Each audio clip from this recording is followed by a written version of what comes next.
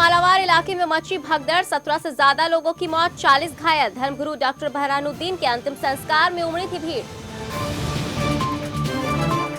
सुनंदा पुष्कर की मौत का आज खुल सकता है राज, पोस्टमार्टम के लिए डॉक्टरों की टीम तैयार। कल होटल लीला में मिला था शव।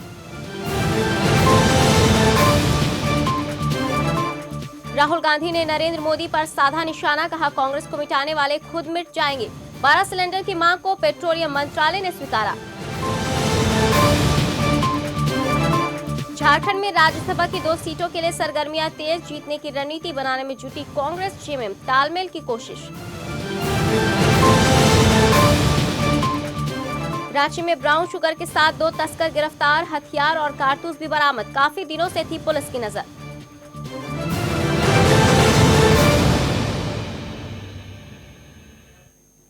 नमस्कार, आप देख रहे हैं भविष्य न्यूज। मैं हूं मनीषा और खबरों में सबसे पहले बात करेंगे इस वक्त की बड़ी खबर की जो आ रही है मुंबई से। मुंबई के मालावार इलाके से, जहां 18 से ज्यादा लोगों की मौत हो गई है। भीड़ धर्मगुरु डॉक्टर बहरानुद्दीन के अंतिम दर्शन को उमड़ी थी। डॉक्टर बहरानुद्दीन का निधन शुक्रवार को हुआ था। तड़के 3 बजे ही ये भगदड़ मची, जिसके बाद अफरा तफरी का माहौल हो गया। हालांकि जिस प्रकार ये हादसा हुआ है उसमें मृतकों की संख्या में इजाफा हो सकता है। खबरों के मुताबिक 3 से 4 लाख लोग उनकी मौत की खबर सुनकर उनके घर पर जुटने लगे, जिसके बाद भगदड़ हुई।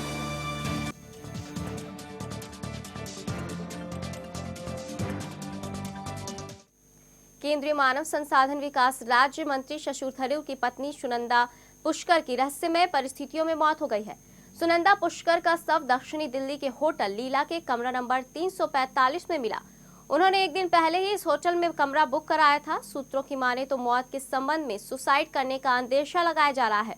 बता दें कि पाकिस्तानी पत्रकार मेहर तरार से अफेयर को लेकर शशि थरूर विवादों में चल रहे थे। गुरुवार को ही थरूर ने अपने और अपनी पत्नी की ओर से बयान जारी कर कहा था कि उनके बीच सब कुछ ठीक है। सारे बवाल से इनकार करते हुए बयान में कहा गया कि शशि और सुनंदा एक सुखी वैवाहिक जिंदगी बिता रहे थे। बताया गया कि बीमार सुनंदा को इस हफ्ते अस्पताल में भर्ती कराया गया था और वो आराम कर रही थी। दोनों की शादी 3 साल पहले हुई थी और दोनों की ये तीसरी शादी थी। सुनंदा की मौत से पूरा देश सन्न है। पुलिस अधिकारी होटल के अटेंडेंट और मामले से जुड़ी सभी लोगों से पूछताछ कर रहे हैं। एसडीएम ने मंत्री शशि थरूर से भी बात की है।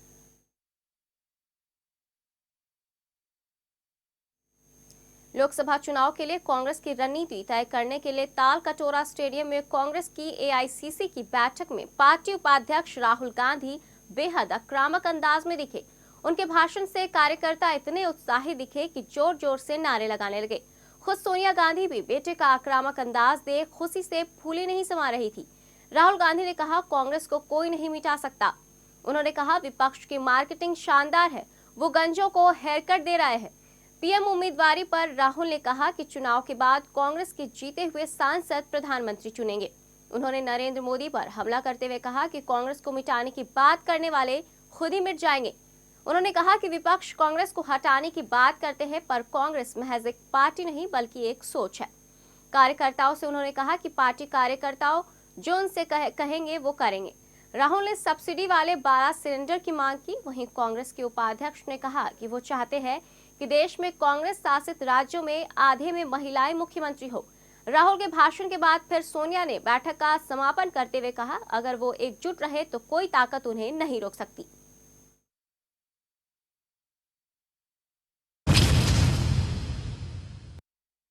%50 इस देश का पॉपुलेशन महिला है और मैं चाहता हूं कांग्रेस पार्टी में जहां भी प्रदेशों में सरकार है, आने वाले समय में 50% में महिलाएं चीफ मिनिस्टर होंगी। प्रधानमंत्री जी 9 सिलेंडर से बात नहीं बन रही है। प्रधानमंत्री जी 12 सिलेंडर चाहिए हमें 12 सिलेंडर चाहिए। कांग्रेस पार्टी को 12 सिलेंडर चाहिए। हिंदुस्तान की महिलाओं को 12 सिलेंडर चाहिए। अब नए लोग आए हैं। नहीं, सुनो। अब नए लोग आए हैं। अब वो पहले वाले भैया गंजों को कंके बेचते थे। अब नए लोग आए हैं। इन्होंने हेयर कट शुरू कर दिए। ये गंजों को हेयर कट दे रहे हैं। हमने आपको औजार दिए हैं, हथियार दिए हैं। क्या हथियार हैं? आरटीआई है, लोकपाल बिल है, भोजन का अधिकार है, नरेगा है, नरेगा है, कर्जा माफी किया। ये सब आपके औजार हैं और आपके दिल में सच्चाई है। आप जाइए, गांव में जाइए, गांव में जाइए, शहरों में जाइए, कांग्रेस पार्टी के बारे में लोगों को बताइए कि कांग्रेस पार्टी लोकतंत्र की लड़ाई लड़ रही है, आपकी लड़ाई लड़ रही है, आपको शक्ति दे रही है, पावर आपको दे रही है। विपक्ष के लोग कहते हैं कांग्रेस पार्टी को निकालो, कांग्रेस मुक्त भारत। कांग्रेस पार्टी है क्या? मैं उनके लिए बोल रहा हूं, आप इस बात को समझते हो? कांग्रेस पार्टी है क्या? कांग्रेस पार्टी एक संगठन नहीं है, कांग्रेस पार्टी एक सोच है, एक सोच है। यह सोच हमारे दिल में है और जिसने इस सोच को मिटाने की कोशिश की है, जिसने इस सोच को मिटाने की कोशिश की है, वो अपने आप मिट गया। प्रधानमंत्री को मेंबर ऑफ पार्लियामेंट चुनते हैं, ये हमारे कॉन्स्टिट्यूशन में लिखा है। ये लोकतांत्रिक पार्टी है और हम डेमोक्रेटिक पार्टी है और हम डेमोक्रेटिक काम करते हैं। चुनाव में हम लड़ाई लड़ेंगे और आप देखना, युवाओं को चुनाव होगा और हम चुनाव जीत के दिखाएंगे। मगर कांग्रेस पार्टी के प्रधानमंत्री को कॉन्स्टिट्यूशन के मुताबिक हमारे मेंबर ऑफ झारखंड में 2 सीटों पर राज्यसभा चुनाव होने वाले हैं। ऐसे में स्थिति राजनीतिक गलियारों में सरगर्मी तेज हो गई है। सत्ता पर आसीन कांग्रेस और जेएमएम दोनों ही दल राज्यसभा चुनाव में अपने प्रत्याशियों को उतारने की तैयारी में है। फिलहाल दोनों ही दल आपसी सहमति से चुनाव लड़ने की बात कर रहे हैं। निश्चित रूप से, क्योंकि गठबंधन की सरकार है, हमारे घटक दल हैं, जेएमएम हैं, राजद हैं, फिर कुछ छोटे क्षेत्रीय दल के हमारे माननीय विधायकगण हैं और कुछ निर्दलीय विधायकगण हैं।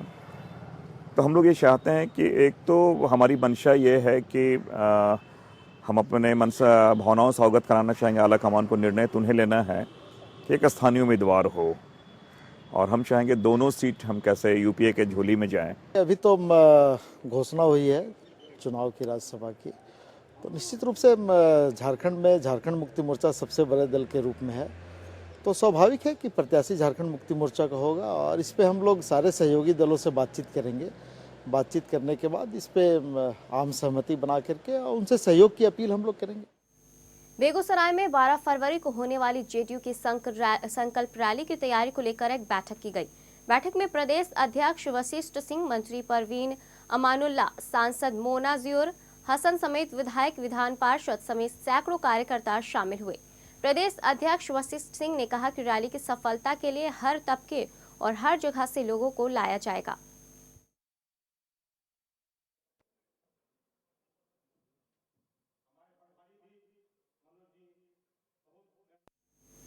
स्वामी विवेकानंद जयंती पखवाड़े को लेकर शुक्रवार को गिरिडीह के झंडा मैदान में रन फॉर झारखंड का आयोजन किया गया। गिरिडीह के छात्र संघ के कार्यकर्ता, सामाजिक कार्यकर्ता और आजसू पार्टी के कई अधिकारी दौड़ में शामिल हुए। कोडरमा लोकसभा प्रभारी नजरुल हसन हाशमी और चंदन क्यारी के विधायक उमाकांत रजक ने झंडा मैदान में स्वामी विवेकानंद की प्रतिमा पर माल्यार्पण किया। मौके पर विधायक उमाकांत रजक ने कहा कि हमारा मकसद नौजवानों को जगाने का है, जिससे झारखंड में विकास हो सके।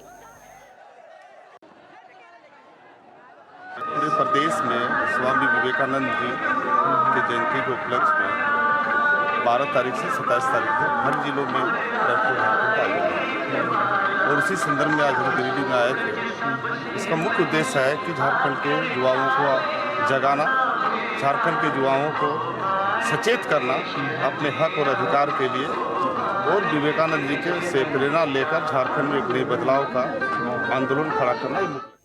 बुलेटिन में यहाँ रुकेंगे एक छोटे से ब्रेक के लिए। अन्य खबरों के साथ जल्द लौटेंगे।